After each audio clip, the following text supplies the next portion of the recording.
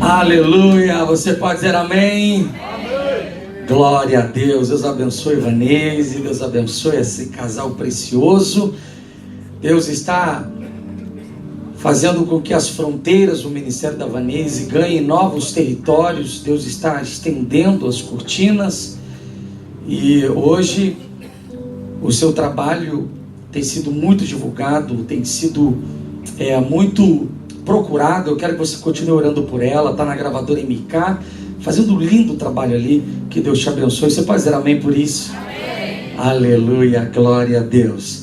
Estou feliz hoje demais por receber algumas pessoas queridas. Está conosco hoje este casal de príncipes que eu tive a alegria de conhecer essa semana.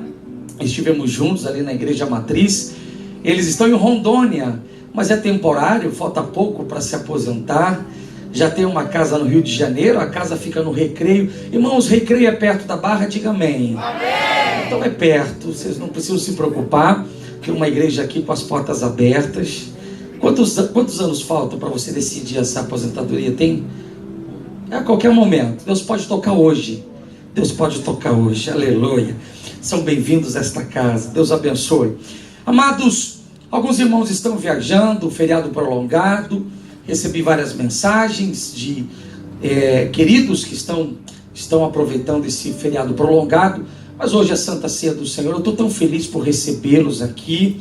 Estou feliz por cultuarmos ao Senhor. Estou feliz por separarmos uma noite tão especial como esta para entregar a Deus o nosso melhor. E eu quero que você fique com esse sentimento. Há uma palavra no meu coração e eu quero que você, com esse mesmo sentimento de adoração, com essa reverência, você abra a sua Bíblia. Nós vamos ler uma passagem que está em Colossenses, no capítulo 2. Colossenses, capítulo 2. Irmã Márcia, pastora Márcia, se faz acompanhar hoje de uma das preleitoras do evento de ontem. Está em uma das nossas congregações. Algumas irmãs não puderam chegar, a correria. Ontem tivemos um evento, eu diria que para entrar na história do Ministério de Bom Sucesso. Tivemos ontem um encontro com mais de 150 mulheres. Você pode dizer amém por isso? Amém. Lindo, lindo, lindo, lindo. Já estão algumas fotos disponíveis nas redes sociais aí. Você pode baixar essas fotos, faça publicação, faça comentários. Deus ontem esteve com as nossas mulheres. Um dia de ministração, foi durante todo o dia, foram ministradas num lugar lindo, lindo, lindo, num espaço que é comumente utilizado para casamentos. E fizeram uma decoração linda, um tempo especial.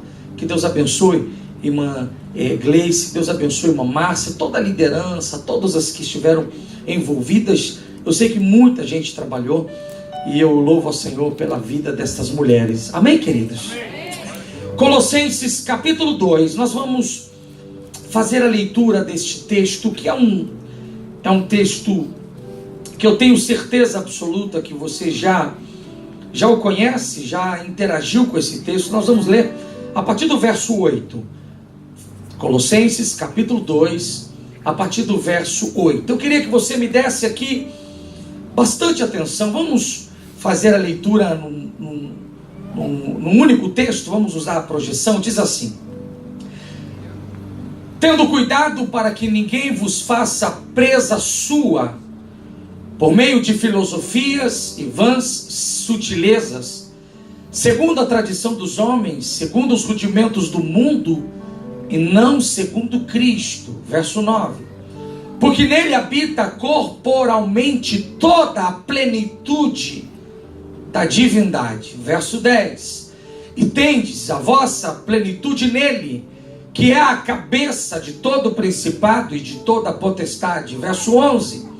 No qual também fostes circuncidados com a circuncisão não feita por mãos, no despojar do corpo da carne, a saber, a circuncisão de Cristo. Complete essa frase: a saber, a circuncisão de Cristo. Verso 12. Tendo sido sepultados com ele no batismo, no qual também fostes ressuscitados pela fé no poder de Deus que o ressuscitou dentre os mortos. Verso 13. E a vós, quando estáveis mortos nos vossos delitos e na incircuncisão da vossa carne, vos vivificou juntamente com ele, perdoando-nos todos os delitos. Verso 14. E havendo riscado o escrito de dívida que havia contra nós, nas suas ordenanças, o qual nos era contrário, removeu do meio de nós, cravando na cruz. Verso 15. E tendo despojado os principados e potestades, os exibiu publicamente e deles triunfou na mesma cruz. Verso 16. Ninguém, pois, vos julgue pelo comer ou pelo beber, ou por causa dos dias da festa, ou da lua nova, ou dos sábados. Verso 17. Que são sombras das coisas vindouras, mas o corpo é de Cristo. Verso 18. Ninguém atue como árbitro contra vós, afetando humildade ou culto aos anjos, firmando-se em coisas que tenham visto, inchando vãmente pelo seu entendimento carnal. Último versículo 19. E não retendo a cabeça, da qual todo o corpo, provido e organizado pelas juntas e ligaduras, vai crescendo com aumento concedido por Deus. Pai, esta é a sua palavra. É o texto que o Senhor traz ao meu coração para esta noite. Peço que o teu Espírito tenha liberdade, como tem tido em todos os cultos aqui nesta casa, para ministrar, para tratar, para restaurar, para curar, para tocar. Peço que este santuário, Pai, hoje entenda a tua palavra, perceba a tua palavra e se deixe tocar pela tua palavra. Espírito Santo, hoje é uma noite memorável, uma noite em que nos assentamos à sua mesa, e eu peço que esta palavra, ela aumente a nossa compreensão, o nosso entendimento do que significa a mesa do Senhor, do que significa o seu sacrifício, do que significa este precioso serviço que o Senhor fez por cada um de nós. O Senhor tem liberdade nesta casa, ministra os nossos corações, fala conosco, no nome de Jesus. Se você crê nesta palavra, diga amém. Amém. Amados, a minha alma se volta para este texto hoje, e este é um tema que eu tenho muita admiração, e é um tema que eu peço que Deus nos dê a percepção de sempre estar tratando, que seja a pauta das nossas reuniões, pauta dos nossos cultos. E hoje, diante da mesa do Senhor, eu vejo que este é um assunto pertinente para esta hora, para este tempo. Nós vamos pensar hoje sobre o significado da cruz de Cristo. Quanto da cruz de Cristo nós precisamos entender, perceber, e quanto desta importante obra do Senhor tem a ver com os nossos dias. Eu quero pensar, antes de entrar nesse texto de Colossenses, fazer uma recomendação. Um clássico que eu tenho como cabeceira de cama, e todas as vezes que eu tenho que tratar esse assunto, é a biblioteca que eu recorro, é o livro que eu pesquiso, porque é um dos livros para mim mais completos neste tema, nesta vertente. O nome deste livro foi um best-seller, foi o livro mais vendido há 18 anos atrás, 16 anos atrás, um livro chamado A Cruz de Cristo. Até hoje você pode encontrá-lo em qualquer livraria evangélica, comprar pela internet. Eu creio que todo cristão tem que ter a experiência de ler este livro. Este escritor americano chamado John Stott, ele separa parte da sua vida para dedicar a este livro. E ele consegue apresentar detalhes, riquezas de detalhes sobre todo o processo da crucificação de Cristo. Então eu recomendo, você que tem paixão por leitura e você que deseja saber mais sobre Cristo, nesse momento da sua agonia, da sua expiação, eu quero que você compre este livro. Este livro precisa estar na sua biblioteca. A Cruz de Cristo, John Stott. Após o culto, você pode pegá-lo, manuseá-lo, tirar uma fotografia se desejar, mas é fácil de encontrar, está disponível na editora Vida. Eu recomendo, faço questão que você tenha, que você leia, que você presenteie alguém. Este aqui, para mim, é uma das obras mais completas a respeito da Cruz de Cristo. Amados, o que é que torna um evento importante? Enquanto eu preparava esta palavra, eu me lembrei de dois fatos que aconteceram agora nestas últimas semanas. O primeiro fato é a tragédia que assolou o Museu Nacional aqui no Rio de Janeiro. Minha esposa teve a honra de fazer o seu mestrado, parte do seu mestrado, nesse museu. Conhecia parte desse museu, conhecia o pessoal que trabalhava, parte do pessoal que trabalhava nesse museu. E aí você pode olhar para esse museu e você pode questionar por que a imprensa deu tanta importância.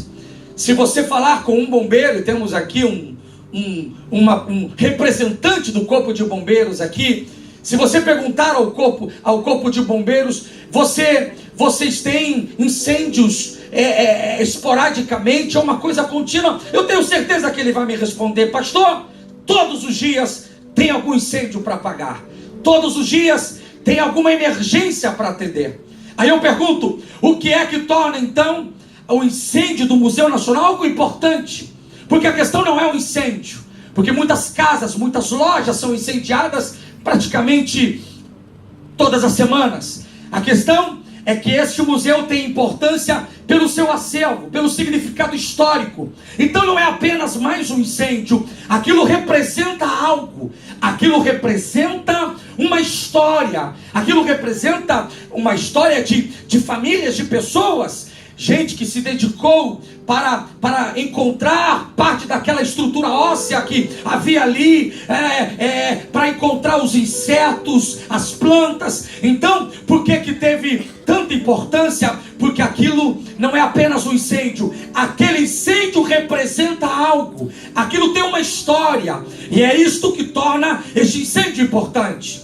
Você poderia me dizer, pastor, por que essa tentativa de homicídio a um dos candidatos à cadeira de presidência do Brasil ganhou tanta importância, ganhou manchetes nos jornais? Você poderia me dizer, pastor, eu sou da segurança pública e todos os dias alguém é esfaqueado, todos os dias alguém sofre um atentado, todos os dias alguém leva um tiro. Por que ganhou tanta importância? É porque este moço, ele é candidato a uma vaga importante no cenário nacional. Então não é apenas uma tentativa de homicídio, não é apenas alguém tentando esfaqueá-lo, é alguém tentando esfaquear hoje um candidato que está na frente das pesquisas, alguém que tem chamado a atenção pelos seus discursos, pelas suas oratórias. Então não é apenas a tentativa de homicídio que é importante, mas o quadro que envolve todo esse cenário. Quando você olha para a cruz de Cristo, você poderia dizer, pastor Tarsis, porque a cruz de Cristo ganhou uma plataforma de tanta importância? Pastor, eu já estudei a história e eu sei que era comum esse tipo de execução. Você tem razão. Neste contexto de Jesus, a crucificação é algo comum. Segundo os historiadores, foram os bárbaros que criaram este método de execução. Os gregos, os romanos, apenas aperfeiçoaram.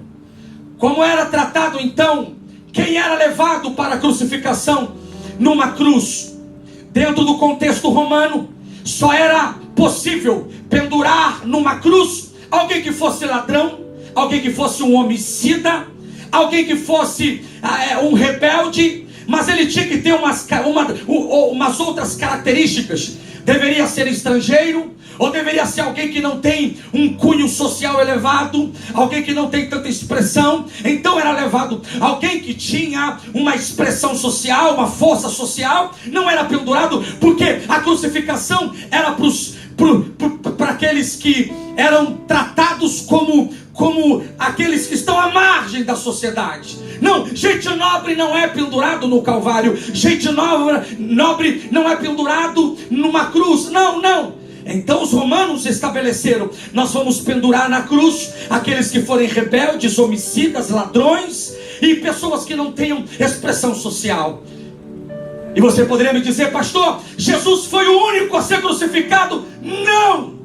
Hoje eu pesquisava sobre esse contexto neste livro do John Stott, e John Stott vai contar que era comum esse tipo de crucificação. Era necessário se fazer fora dos portões de Jerusalém. Você consegue me ajudar a pregar? Vocês estão quietinhos hoje? Talvez porque as máquinas do ar-condicionado estão com um probleminha. Não estou te refrigerando, não estou te deixando geladinho. Eu quero que você me ajude. Complete essa frase dizendo a cruz de Cristo, por favor, ok? Complete essa frase. O Senhor, Ele é levado para fora dos portões de Jerusalém, porque dentro do quintal de Jerusalém era uma abominação qualquer tipo de crucificação. E nós hoje estamos diante de um ato fora dos portões de Jerusalém, que nós chamamos da cruz de Cristo. A pergunta que alguém poderia fazer é: então não foram os únicos? Jesus e os ladrões não foram os únicos? Não, era comum. John Stott vai dizer que um dos imperadores da época, um dos generais da época deste contexto, ele crucificou tanta gente fora de Jerusalém, que chegou um momento que teve crise de espaço geográfico. Não tinha espaço para colocar ou para fincar estacas, que nós chamamos de cruz. Era muito comum esse tipo de prática.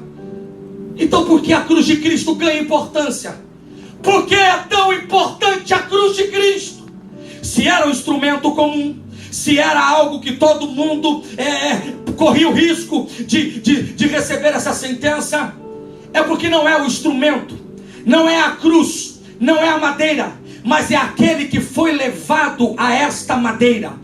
Não, o instrumento é comum, a história é comum. Do lado de fora de Jerusalém é comum você encontrar pedaços de estaca servindo de cruz. Mas porque a cruz de Cristo se tornou algo tão importante, não é por causa da cruz, mas é por causa do Cristo. É aquele que foi pendurado no Calvário é que dá importância. Você poderia dizer: qualquer um morre crucificado, mas eu diria: não é sempre que a gente vê aquele que criou todas as coisas, aquele que se chama Emanuel, o Deus conosco, o enviado de Deus, o que nasceu de uma virgem, aquele que pregou nas ruas de Jerusalém, aquele que disse que é chegado o reino dos céus, aquele que curou leprosos, ressuscitou mortos, aquele que andou sobre as águas, aquele que mandou o vento se aquietar, aquele que pôs ordem em Jerusalém, aquele que ensinou os discípulos. A cruz, ela se tornou importante porque quem foi crucificado foi o Filho de Deus. Você quer levantar sua mão e glorifica o nome santo do Senhor?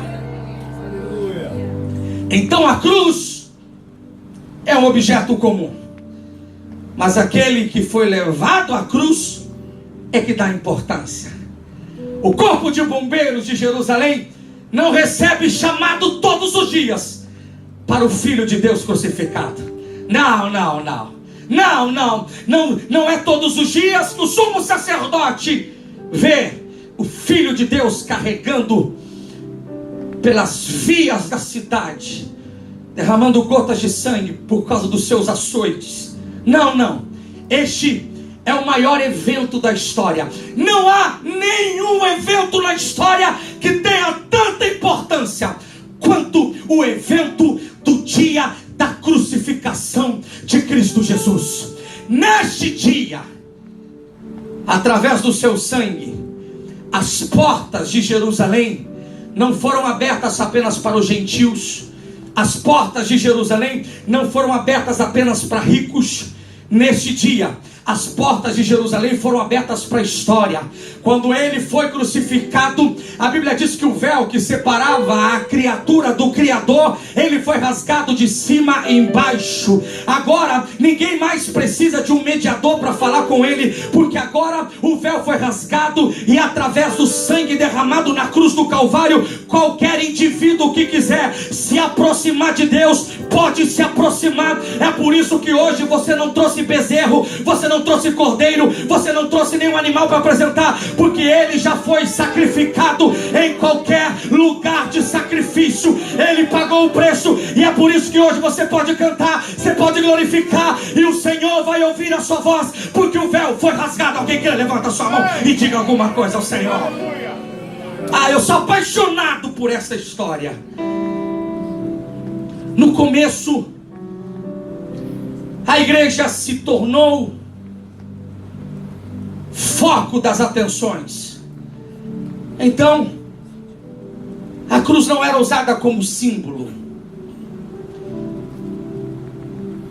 Os seguidores de Jesus usavam... Não põe nenhum ponto, senão você adianta a minha mensagem. Só põe quando eu falar. É segredo, senão você acaba com o meu filme. Volta tudo, tira tudo rápido. Aí você me quebra. Esse é o último ponto, não faz isso comigo. Isso. Não põe mais nada. Você spoiler, por favor. Não põe mais nada, não conta o final do filme. Eu demoro dias para preparar a mensagem, ela coloca de graça. Segura, por favor. Os seguidores de Jesus,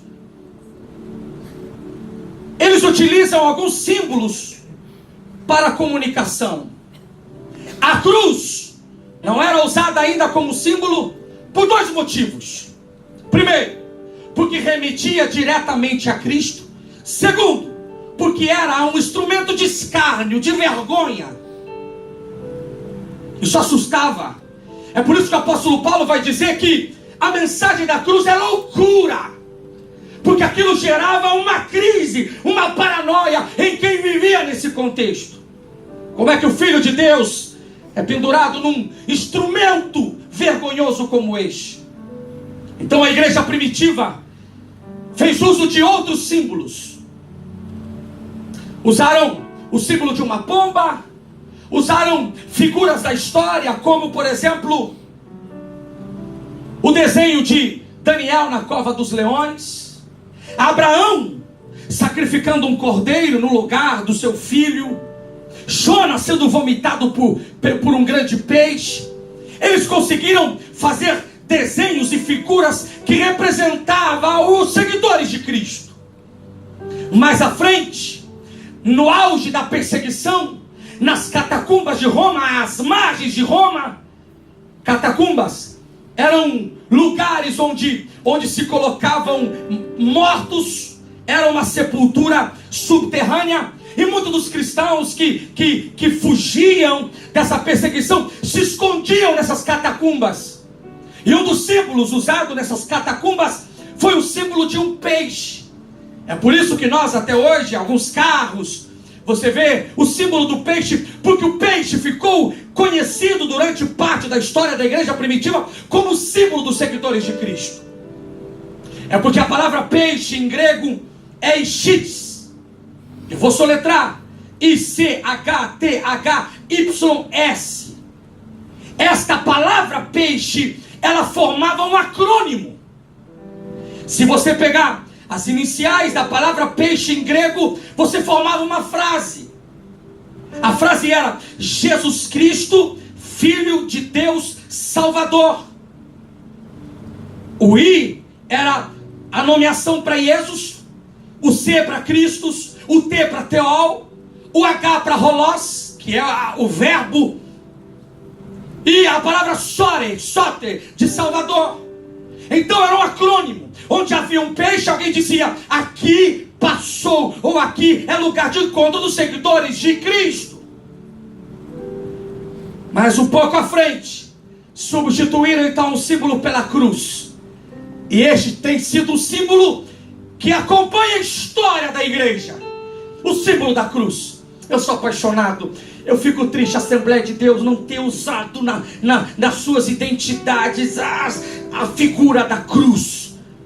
Porque a figura da cruz tem grande importância. E no segundo século, eles começaram a fazer o sinal da cruz. Era uma identificação simbólica que a pessoa fazia em si mesma ou fazia no outro, para mostrar que eram seguidores desse Cristo. A história vai mostrar que a cruz se tornou o símbolo mais importante da igreja cristã. Quando você olha para a cruz, você lembra que ela está vazia. Eu estou sozinho nessa palavra. Eu preciso que você encare o assembleano aqui e glorifique o nome santo do Senhor. Quando você olha para a cruz, onde quer que seja, você se lembra que a cruz está vazia.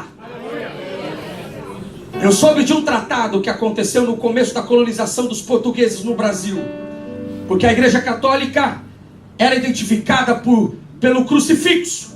Então os protestantes que chegaram com o movimento da reforma fizeram acordo com os católicos. Então os lugares, os nossos cultos, a gente não põe cruz para não ficar aquela coisa de aqui é católica, aqui é protestante. E esse acordo ficou. Os evangélicos, apenas a igreja metodista, presbiteriana, alguns lugares ainda colocam, mas principalmente o movimento pentecostal não usufrui desse símbolo.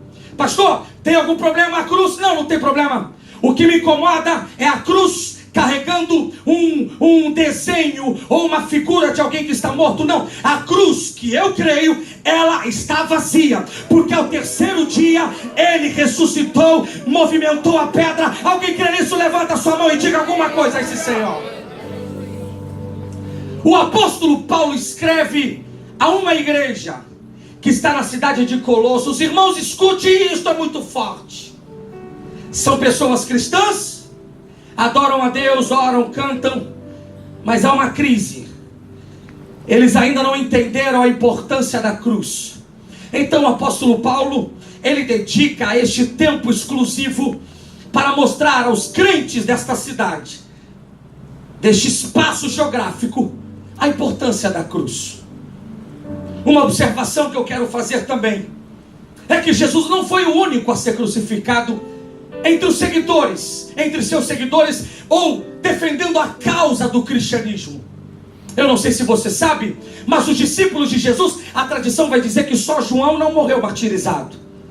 João foi o único que lá na ilha de Patmos, ele morre no tempo da sua história mesmo, cansado, está num tempo de exílio, mas ele não sofre martírio. Os outros todos, inclusive Pedro, a história vai dizer que Pedro foi crucificado e no ato da sua crucificação ele pediu licença. Ele disse: me crucifiquem de cabeça para baixo, porque eu não sou digno de ser comparado ao Cristo que eu dediquei a minha vida. Então ele é crucificado de cabeça para baixo. Outros foram mártires através de apedrejamento, outros através de crucificação. André, eu coloquei aqui, foi crucificado, segundo a tradição, numa cruz em formato de X. A Escócia até usa esse símbolo em homenagem ao apóstolo Santo André, usa na sua bandeira uma cruz em forma de X. Tiago foi martirizado em Jerusalém. Bartolomeu, o apóstolo, que era amigo de João, ele teve a sua pele arrancada na Síria. Muitos outros. Se você pegar a história da igreja, dos discípulos para cá, muitos sofreram martírio. Muitos morreram, alguns açoitados, outros por leões, por gladiadores. Alguns são conhecidos na história como Policarpo, que com 86 anos foi incendiado pelo Império Romano na cidade de Esmirna, porque ele se negou a abrir mão da sua convicção no Cristo que ele servia. Um outro conhecido, Inácio de Antioquia, enfrentou os leões no Coliseu, e a dele essa frase famosa, eu gosto muito. Ele, quando estava sendo atacado, os historiadores vão dizer que esta frase foi cunhada por ele: sou como trigo debulhado de Cristo, que preciso ser moído antes de ser transformado num verdadeiro pão. Meu Deus, gente que defendia a sua fé com unhas e dentes, gente que estava aberto a entregar a sua própria vida, porque acreditava que a cruz era algo que havia de mais importante na história da humanidade. Irmãos, quando eu preparava essa palavra, eu pedi a Deus, nos dê esse discernimento de que a causa que carregamos é uma causa nobre, é uma causa importante. Você glorifica o nome santo do Senhor. Eu queria que hoje a gente terminasse essa palavra apaixonado pela cruz, apaixonado por esse serviço feito pelo Messias. Quem morreu na cruz é aquele que dá importância a esta cena Quem morreu na cruz é aquele que criou a vida, é aquele que abriu mão da sua divindade, da sua autoridade divina e esteve entre nós. Nasceu numa virgem e agora ele é sentenciado, é levado ao Calvário. E segundo o apóstolo Paulo, quando ele foi pendurado, ele disse em alto bom som: está consumado. Tetelestai.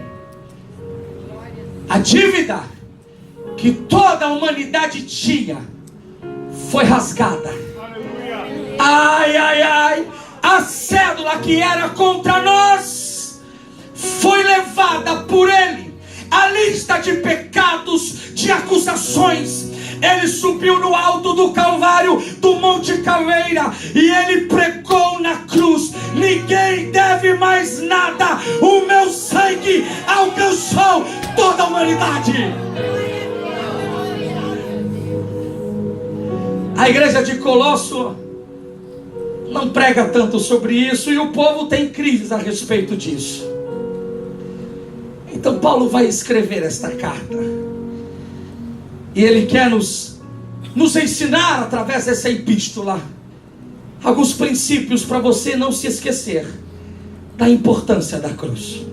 Você consegue entrar comigo na mensagem? Interaja dizendo para o seu vizinho, diga: a cruz não pode sair da sua cabeça.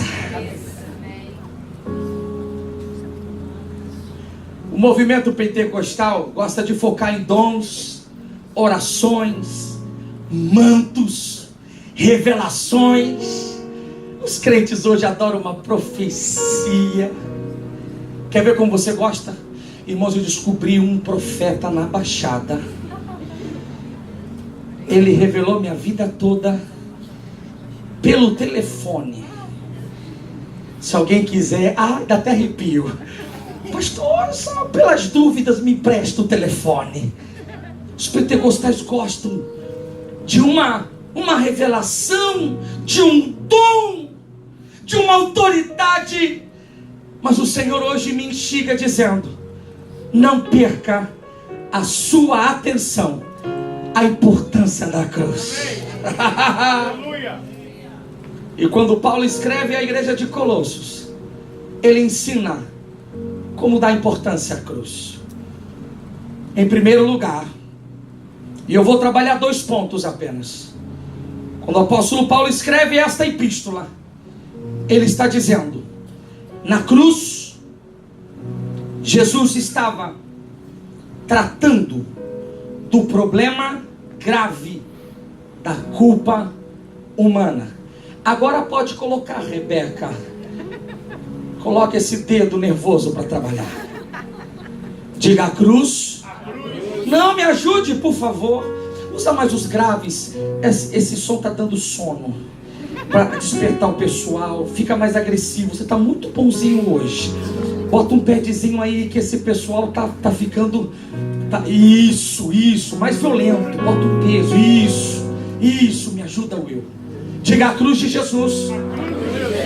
Diga: esteve tratando do problema da culpa humana. Pastor, por que a cruz ganha tanta importância? Porque o meu Jesus, ele pega uma lista que representa os problemas da culpa humana. Uma lista que era usada pelo advogado das trevas para nos acusar, para nos confrontar, para nos pôr na parede. Eu gosto da história. Eu lembro quando Martinho Lutero, eu já contei isso para vocês, no sonho Martinho Lutero, ele vê o diabo no seu sonho, e o diabo diz: Martinho Lutero, reformador, barulhento, tu gosta de uma agitação, mas eu te conheço. Vou colocar no quadro todos os seus pecados. Você é egoísta, você é egocêntrico, você é individualista, você é vaidoso. E começou a pontuar todos os pecados de Martinho Lutero. E naquele sonho, a biografia dele conta que ele levantou e disse: pela primeira vez, diabo, você está falando a verdade. Todas essas acusações são minhas, eu sou o protagonista desses erros. Mas você esqueceu de uma frase: me empresta este lápis, porque eu preciso colocar. Aí ele pega o lápis e ele escreve naquele sonho: onde abundou o pecado, superabundou a graça do Senhor. Ele já pagou o preço.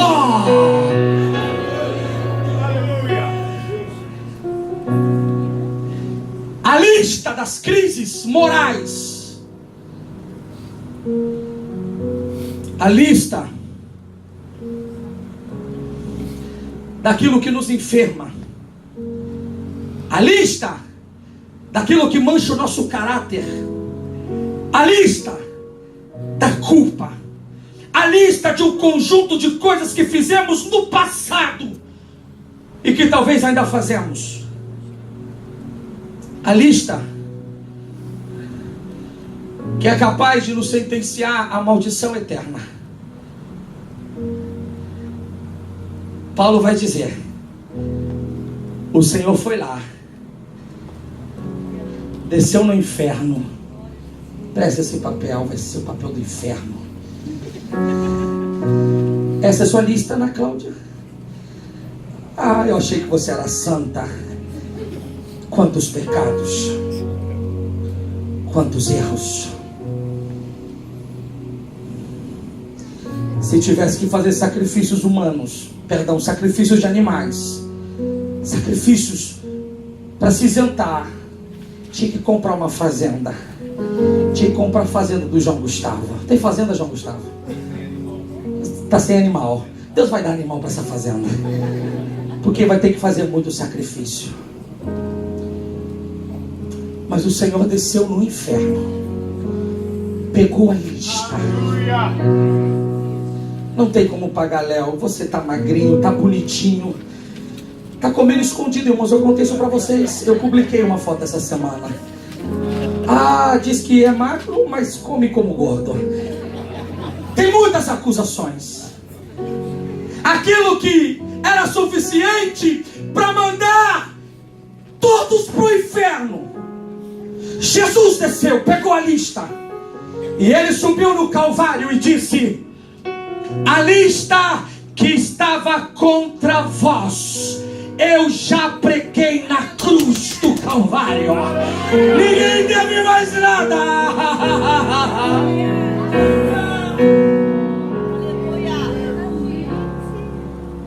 Pastor, o que eu faço para entrar nessa lista? Basta crer que o preço que foi pago é suficiente. Como é que eu faço parte desta lista? Eu contava há 30 dias atrás que o meu nome foi cogitado na Caixa Econômica, numa restituição. Tinha crente ansioso procurando na conta bancária na hora do culto, para ver se a Caixa tinha... E teve uns que deram glória aí, porque entrou também no mesmo dia. Como é que eu entro nessa lista? É simples. Eu não tenho que pagar nada. Eu não tenho que andar de joelhos aqui à Aparecida do Norte. Eu não tenho que me ensanguentar, me açoitando. Eu não tenho que pagar penitência. Eu não tenho que ir caminhando daqui a Jerusalém. Eu não tenho que ir caminhando daqui a qualquer centro religioso do Brasil. Eu não tenho que subir escadaria de joelho. Eu não tenho que acender vela. Eu não tenho que comprar vela de 1 metro, 2 metros, 3 metros. Não. Eu tenho que crer que Ele já pagou o preço, e a cédula que era contra nós não existe mais. Obrigado, Jesus. Para você entender melhor isso, eu vou explicar usando os versículos de Colossenses. Pastor, a fatura foi liquidada? A fatura foi liquidada. Para você entender bem esse ponto, coloca o ponto 1 do ponto 1 para mim. Diga: se não entendermos Você pode ler comigo com vontade, vamos lá. Se não entendemos o significado da cruz, seremos ludibriados por filosofias de autoaperfeiçoamento. A crise da igreja em Colossos é que o que Jesus fez não é tão suficiente assim. Eu tenho que procurar filosofias de vida, eu tenho que praticar alguns tipos de rituais, eu tenho que seguir algumas regras.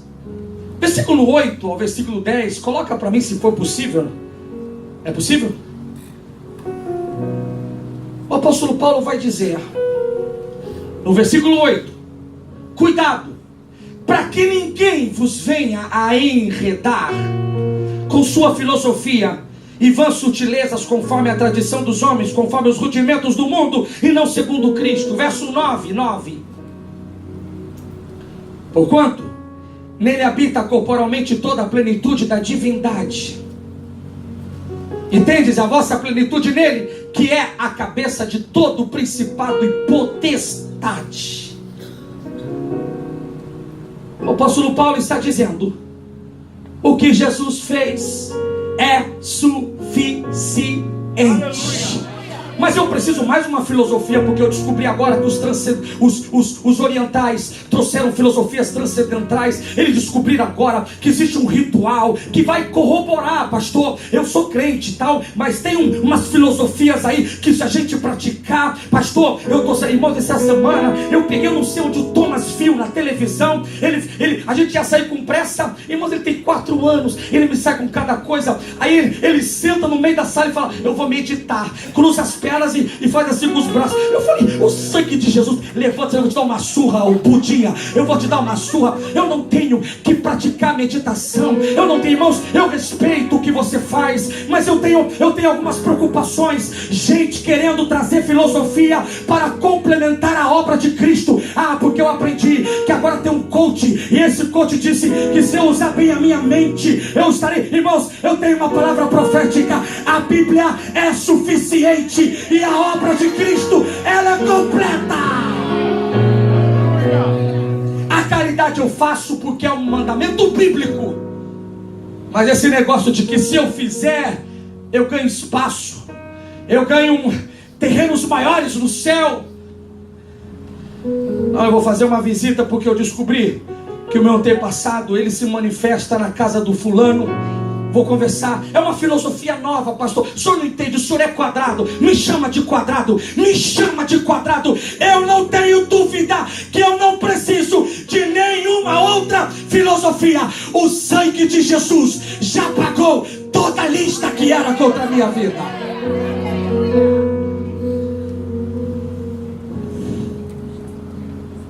Segundo, diga: se não entendemos o significado da cruz.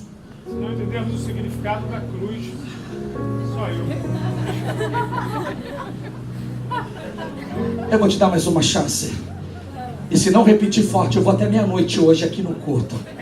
1, 2, 3. Se não entendemos o significado da cruz, não iremos experimentar mudanças profundas. Há uma crise em Colosso, porque a galera quer passar pela circuncisão. É a mesma crise que estava envolvida em Jerusalém. Não, eu fui alcançado, mas eu tenho que ser circuncidado na carne. Versículo 11, versículo 12, Paulo dá na veia. Irmãos, eu gosto do apóstolo Paulo porque ele trata na veia. Vocês querem ser circuncidados? Tá.